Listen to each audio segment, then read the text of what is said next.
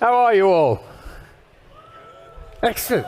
Michael, a minute ago, was talking about disrupt, number 5, yeah? We're going to be leaning heavily into number 5. So, my name is Matthew Griffin. I'm the CEO and founder of the 311 Institute. It's a global futures and deep futures think tank looking up to 50 years out.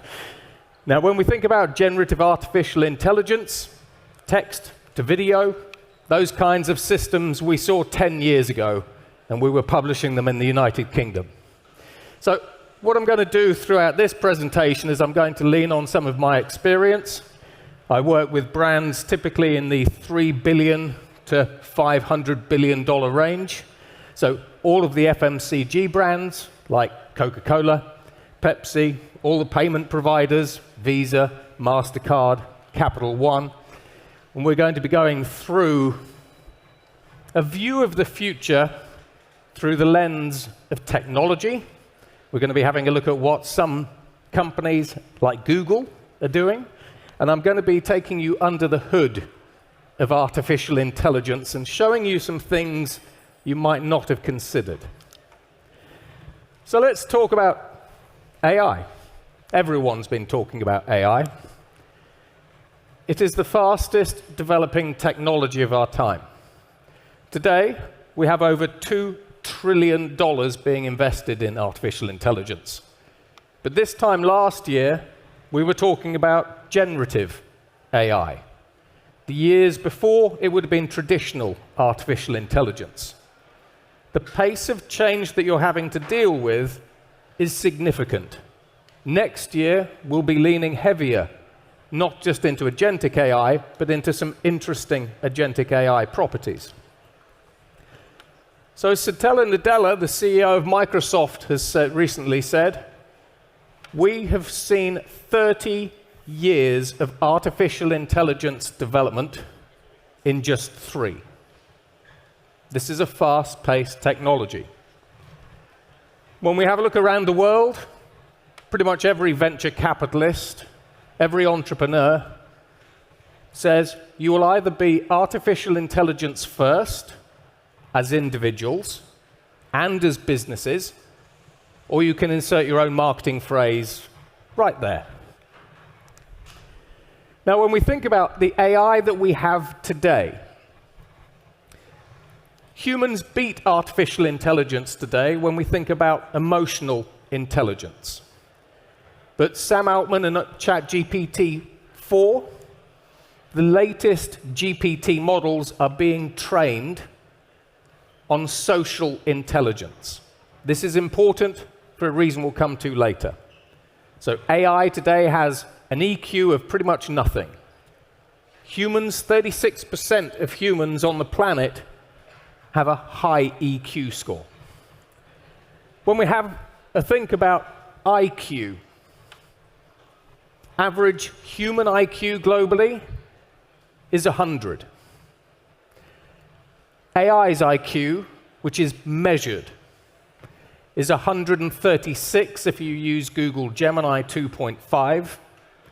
And if you use ChatGPT, ChatGPT has a verbal IQ of 155.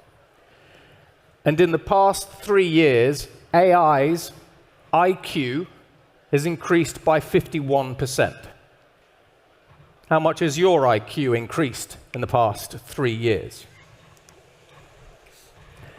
When we have a look at AI versus humans, you can process around 7 things in your short-term memory. AI, because we have an infinite context window, which is big tech speak for an infinite memory, can remember everything. This is also very important from a marketing and customer experience perspective that I will come to shortly. The human brain processes information at 50 bits a second. AI processes information up to 100,000 times faster. And then when we think about knowledge, as individuals, you have this amount of knowledge, 1x. If we look at things like ChatGPT and the large foundation models, They've been trained on everything on the public internet. They've been increasingly trained on private data. They have 1,000 times more general knowledge, with the key word being general, than any human. This is why you can ask it to write a marketing plan for you, a business plan, a change management plan. You can ask it to do your taxes for you increasingly. You can get it to write and look at contracts. So we talk about digital transformation. Digital transformation is going away. If you think about your own businesses and your clients' businesses, as you embed increasingly intelligent, autonomous, and sophisticated AI within your businesses that can take information in, analyze it, and then use that information to make a decision on its own behalf in a smart way, we are now starting to undergo intelligence transformations. And increasingly, over time, these technologies will move from helping you automate a marketing workflow to just being fully autonomous, where they take information in, they decide the best course of action, and then they create the rest of the workflow. Now, Eric Schmidt is probably one of the people who is closest to the future of artificial intelligence than anyone. He works with the US White House, works with Silicon Valley, obviously the ex-Google CEO. He believes, and we can see this already with what we call agentic software engineers, that in the next 1 or 2 years, you'll simply be able to say to an artificial intelligence, create a TikTok clone. The AI will understand what TikTok is. It will understand its function, its capabilities, and it will just clone the code. It'll clone the algorithms. Sam Altman is increasingly trying to develop artificial intelligences that build their own multi-billion-dollar businesses. So when we think about where AI is today and where it's going, what happens when this increasingly powerful technology starts doing things by itself, when it kind of makes its own decisions, kind of has its own free will, and starts creating stuff ad infinitum. So when we have a look at agentic commerce, for example, have you actually considered that every retailer in Germany is about to be reduced to a dumb pipe? There's a couple of ways that we do this. So Google has released its agentic commerce platform. OpenAI has released its agentic commerce platform. Amazon has released Buy Me Now. When we think about agents, today, if I want to buy a product, I go to an individual retailer's website. I look at that. I either buy something or I don't. I look at another retailer's website. I buy something or I don't. Increasingly, I will simply say to Google's agent, I'm looking to buy a white shirt. And it will say, here are some options. Would you like me to buy it? And you buy through the agentic interface. I never, ever go to your client's retail sites. In the case of Amazon, Amazon will buy whatever you want it to buy from any site. So retailers are increasingly worried that they are about to be reduced to dumb pipes. All of the marketing and ad spend that they do today, if you're looking at unbranded ad spend, that's a dangerous place to be. So increasingly we see people leaning into branded ad spend, because I don't go to the Google agent, I go directly to your website, your company, your brand, whatever it happens to be. Now, when we think about disrupting retail, everything in retail and marketing is being disrupted. 10 years ago, I showed off the first text-to-video videos from Stanford University. They cost $1.5 million to make. They were the size of a postage stamp. They were 120 DPI. They were horrible, grainy quality. From a marketing perspective, we kind of have this problem that when everyone can create content, maybe not marketing content, but when everyone on the planet can create content for little or no cost, how do you get your brand seen above everybody else? We have 4 billion people connected on the planet. If the amount of content that artificial intelligence is creating, like this one, explodes, you're fighting for share. Your cost per click is going up. We've seen an increase of 74% in CPC rates in retail. So from a marketing perspective, what really gets eyeballs in the future is the creative content. This ASMR content got 3 million views. Generic content is just going to get buried. Increasingly, we have virtual influencers like little Michaela. So as a brand, I might today go out and hire an influencer or sponsor a human influencer online. But increasingly, with digital humans, virtual humans, and so on and so forth, I don't hire a human influencer, I hire a virtual influencer. And I can shape that virtual influencer into anything that I like, with complete control. I can do procedural influencing, where every individual sees a different kind of influencer or piece of content, as opposed to one piece of content being blasted to 1 million people. We can have 1 million pieces of content being blasted to 1 million people. So we see the rise of procedural content, which is made possible with AI.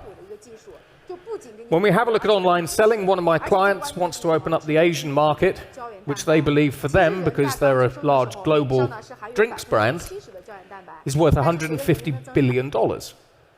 In China, Chinese entrepreneurs, Chinese retailers and marketers are masters of manipulating the algorithm.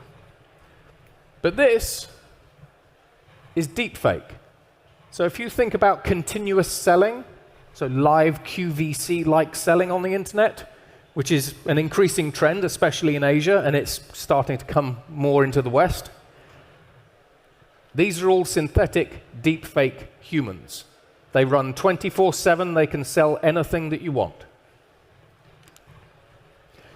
Now, when we think about disruption, the brands that disrupt the most typically either find something interesting, a new way to go to market, or it's a message. If we have a look at Prime a couple of years ago, if I was an entrepreneur and I went to any venture capitalist or investor on the planet and I said, I want to create a brand new kind of drink, you'll know what they'd say. It's a highly crowded market. You stand absolutely no chance of beating the big players like Pepsi, Coca-Cola, those kinds of guys. Nice try, maybe do something else. As they say on Shark Tank, nice idea, but take it behind the bar and shoot it. But Prime, as we all know, leaned into what we call playground marketing. They weren't advertising to you adults. They weren't advertising to you as parents. They were advertising to the kids. But they were doing it by not advertising to the kids, by creating viral content. And we saw Prime go from 0 to multi-billion-dollar valuations in record speed, with most parents being completely wound up by it, let's face it. When we have a look at Temu, Temu emerged basically in 2020. Temu essentially connects very, very low-cost Chinese factories and manufacturing with the integrated global supply chain. And as we all know, on the one hand, their route to market was via the super apps. Again, if we step back 5 years ago and say, I know how to disrupt Amazon, people would just laugh. If you want to disrupt Amazon, increasingly you go via super apps. X is becoming a super app. Mark Zuckerberg's WhatsApp has had a bit of a rocky road when he's been trying to develop his super apps. WeChat is a super app. There are increasingly more interesting routes to market than Amazon.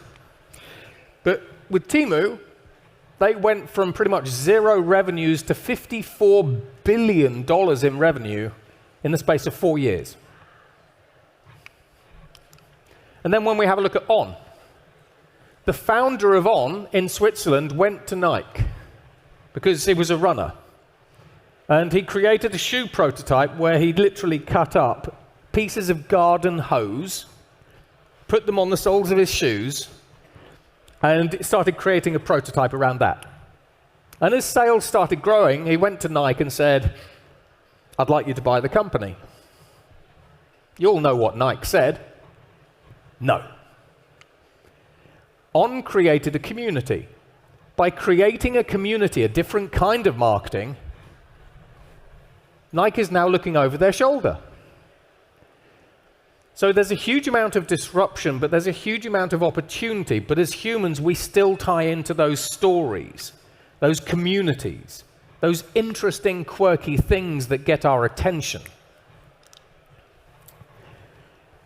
Now, from an artificial intelligence perspective, when we have a look at the entire vertical stack of retail, increasingly, you can use any AI. I know ChatGPT has been mentioned a lot today. But you can use any artificial intelligence to do new market analysis.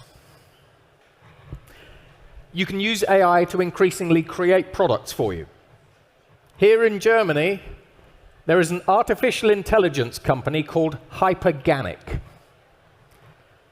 Hyperganic used artificial intelligence to create a fundamentally new kind of rocket engine in 6 hours. When we think about Adidas are increasingly using artificial intelligence to design their clothes, their apparel, their trainers. When I was in Saudi Arabia about a year, 2 years ago, we were using artificial intelligence to create new national kits. So AI can help you find new markets. For example, neurodivergent laundry care. So when we think about laundry care, when we think about detergents, it turns out that if you have particular neurological conditions like autism and so on and so forth, you don't like the scratchy feel of clothes. You don't like the smell of particular detergents. So AI has been creating brand new kinds of neurodiverse detergents. That is a $10 billion market. And all of this is increasingly being discovered by AI. How you use these new tools matters. Now, when we think about our world, we kind of live in this sort of oxymoron. We have more choice than ever before. You see this wherever you go. You go to the German supermarket, you see all the choice. You go to the clothes stores, you see all the choice. So we live in a world where actually we almost have too much choice. Choosing is a hassle. Now, this is the traditional consumer experience. I would have a need. I would go and do a search. I would discover something. So maybe I want a new shirt. So I'd search for a new shirt. I'd discover a set of new shirts. I'd then go to individual shops, try on the different shirts. Then I'd choose one, and I'd buy it. Straightforward customer journey, right? All of this is being disrupted completely. So firstly, as humans, you no longer search for information. Google is increasingly not a search engine. Thanks to AI and AI mode, Google is increasingly an answer engine. You can use it now. I'm looking for a white shirt. What's the best one? No discovery. When we have a look at click-through rates, we're seeing click-through rates to websites decline by 34%. A customer that does come to your site through an AI search, a large language model search, is typically worth 4.4 times more than a customer that came to your website from organic search. So search as we know it is dying. Anyone that does any form of SEO, any kind of SERP, you know it's getting harder. If you're not in the AI summaries, your brand is much harder to discover. Now, Sam Altman, about 2 months ago, so you remember I said earlier that AI is learning to be emotional? We have $2 trillion worth of investment going into artificial intelligence development and infrastructure, big, massive, hyperscale data centers. Sam Altman, thanks to AI's infinite memory, says that very soon, AI will start remembering your entire life. Now think about that. What is the benefit from a marketing and retail perspective of having access to a tool that remembers your entire life? Let's talk hyper-personalization, shall we? Now, when we look at the artificial intelligences today, Facebook traditionally has access to 5,000 data points on individual consumers. The AIs that we have today across lots of different categories and companies and so on and so forth have access to 165,000 data points on you. And you can see them, they're sort of broken down here. So demographic data, where do you live, what kind of car do you drive, what's your income, what's your age, that sort of stuff. But if we actually have a look at things like content consumption, we know this. There are 10,000 data points related to content consumption. I can kind of tell the kind of person you are from what you're watching, what you're engaging with, the speed that you're scrolling, how you're typing in the comments, what you're saying in the comments, all this kind of stuff. Long-term traits, you looked at this car, then you started looking at red cars, so I think you probably like red cars. So this kind of long-term view as well, which AI has been very bad at up until recently. Health and wellness, this is a smartwatch. Increasingly, these will say what you eat, where you're going, what you're doing, how active you are. Behavioral, the way that you are interacting, not just online, but also offline. Think about the information that you're putting into these AIs. When you used to use Google or search or Facebook, you'd use it in kind of a basic way. The number 3 use case for AI today is people trying to use AI to help them improve their lives.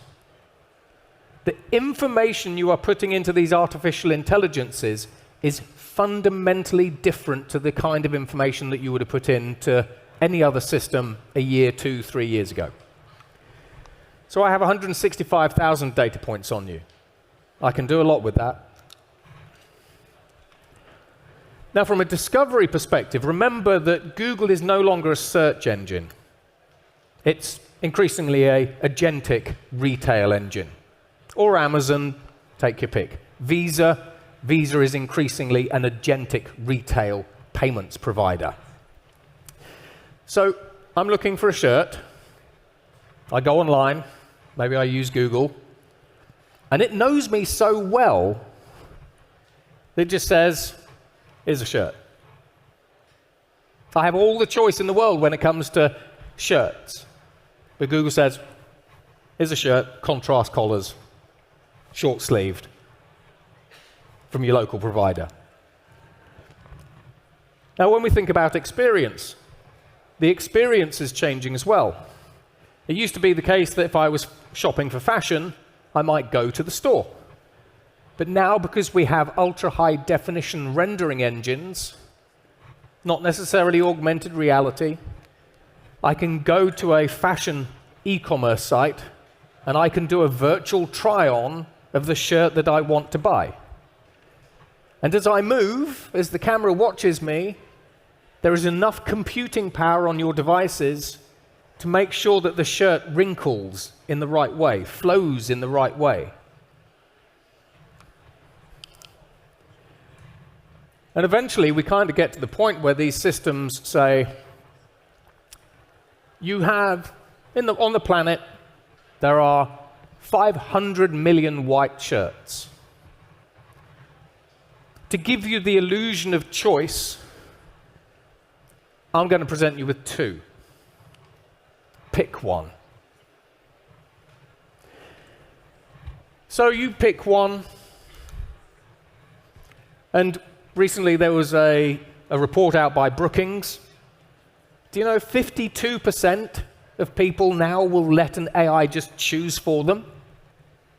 Because when it comes to making a choice, when it comes to looking through all of these different options, how many of us actually just tune out, get bored, just think, I don't want to walk around the shops for 3 hours, I just want a shirt.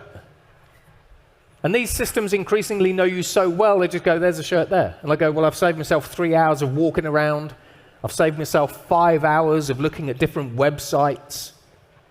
As humans, we lean into convenience. So what happens when these AIs know you so well that in the vast majority of cases, they say, I think this is the one for you. And they get it right. Oh, and there's a special offer. Buy it now. And from a buy perspective, you buy it. Now, when we think about the process of buying, today, we have to click the buy button. But when we have a look at Coinbase in America, Coinbase have something called a deferred authorization network. Increasingly, we are building the systems out to give artificial intelligence access to your wallet, but also your crypto wallet. And so now when I say I'm looking for a shirt, AI says, Matt, I've got 165,000 data points on you. This is the shirt for you. By the way, I've bought it for you. At some point, you're going to click the button that says, automatically buy these things for me. Whether it's groceries, groceries are a good place to start. Which really, when you think about it, from a marketing perspective, what we're ultimately trying to do is we're trying to get the attention of humans so that you could go to a branded site or a branded company to go and buy something. But if artificial intelligence is increasingly doing the search and discovery for you, if it is increasingly taking over the process of choice for you, then increasingly, are you not the customer? If I'm a brand, is my real customer the Amazon or the Google algorithm? Because if I sponsor Google as a shirt manufacturer, then at what point does Google say, there's a choice of 100 shirts, but I'm going to show you these two because these are from people who sponsor us and run ads with us. So increasingly, when we think about the different points of control, when we think about disintermediation in retail, when we think where we need to lean in, where we think there are opportunities and challenges, as Michael said earlier, the only thing that is being disrupted is absolutely everything. And if you understand these changes, if you get a point of view on these changes, then you can get ahead of them. And as for my company, I started pivoting our marketing strategy 2 to 3 years ago. We go all on YouTube for a whole variety of reasons. Because I have branded content on YouTube, and if you want to see me, if you want to see the 311 Institute, you go to YouTube. Because everything else is getting drowned out. But that's it from me. So thank you for your attention. I hope you enjoyed that. Yeah. Hello. Wow, Matthew, super inspiring, crazy visions. Thank you so much. Thank you very much. Sometimes I'm not even sure whether I like them or whether I don't like them. I'm still deciding. I'm not sure. What about you? Well, it's so when we have a look at all of the changes going on, if you can't see these changes, you can't get a point of view on these changes. If you can see these changes, then the next thing to do is discuss them, experiment with them, get uncomfortable, as we said earlier, because increasingly these changes are coming whether you like it or not. You can already see them here. But the skill is increasingly understanding what's changing and how you need to change and adapt as well. That's a very good. And here's one I didn't choose earlier. Chosen for me. I hope you drink alcohol. Yeah, that's it. All right. Yeah. Cool. Thank you. Thank you so much, and Excellent. huge applause for Matthew. And Take care. also, sorry. Yep. Almost forgot the most important thing. Matthew will now be available at the meet and greet area. So if you want a picture with Matthew, if you want to discuss the future with him, meet him now, and now join me for a big applause again. Thank you. Thanks.